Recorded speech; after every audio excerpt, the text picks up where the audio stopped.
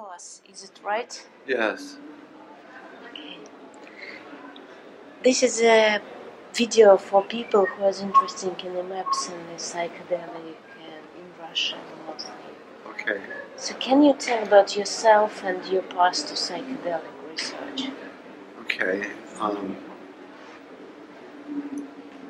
I'm a pharmacologist by training.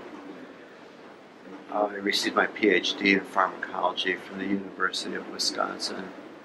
And I've been interested in psychedelics since I was a teenager, since the age of about 16.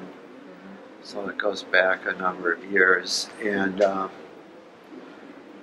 I became interested in studying these. I always liked science even when I was a little boy, and so I thought, because of my interest in psychedelics, that maybe I could combine the two interests, science and psychedelics, and what avenue would let me do that.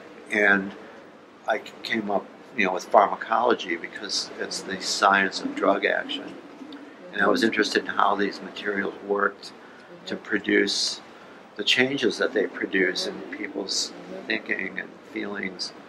And so you come to pharmacology because of you already being enthusiastic. Yes, precisely.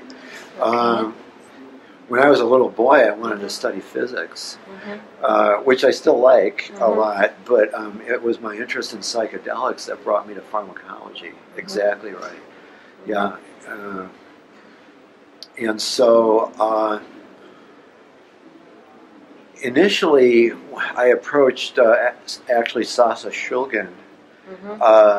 He was the only person I knew who was doing kind of serious work in this area. And I wrote him a letter, and he was encouraging, but he said, I don't have any students. I don't have my laboratory is private, and I can hardly move around in it. It's small. Have you talked to David Nichols? And I didn't really know who he was at the time. And so he's at Purdue University, and so I was going to school at the University of Wisconsin at the time in Madison.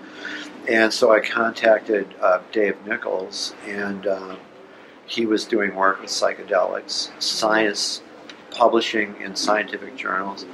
And so this appealed. Pharmacology. Yes, and chemistry. And chemistry. So he was doing chemistry, synthesizing new materials, and then testing them for their mechanism of action. And this appealed to me. And so I called him on the phone and interviewed with him. And well, to make a long story short, I was in the pharmacology program in Madison at the University of Wisconsin, and then I went to Purdue to work with Dave for 2 years, just about 2 years, to finish my PhD work. So at this point I already had a bachelor's degree in pharmacology from the University of Wisconsin, but it wasn't, there was no emphasis on psychedelics at that point. It's only once you get into more advanced degrees, graduate school, etc., where you can start to ask your own questions, and these are the questions I wanted to ask. So, so I worked with Dave for a couple years, and then moved back to Madison and did some other things. I became a professor at a medical school in North Carolina, which is on the east coast of the United States. I spent about 6 years there. And I wasn't working too much on psychedelics then, a little work with MDMA, a couple publications. I started doing some work in the field of cathinones, which are, It's not ketamine? Not ketamine. I know that these were actually quite popular in Russia.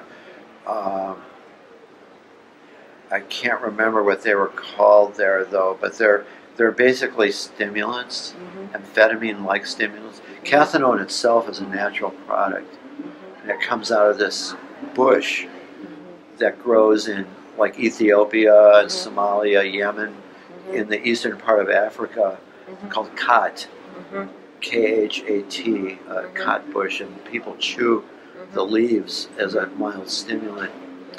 At any rate, there are a number of materials that can be synthesized that are based on that core structure of cathinone.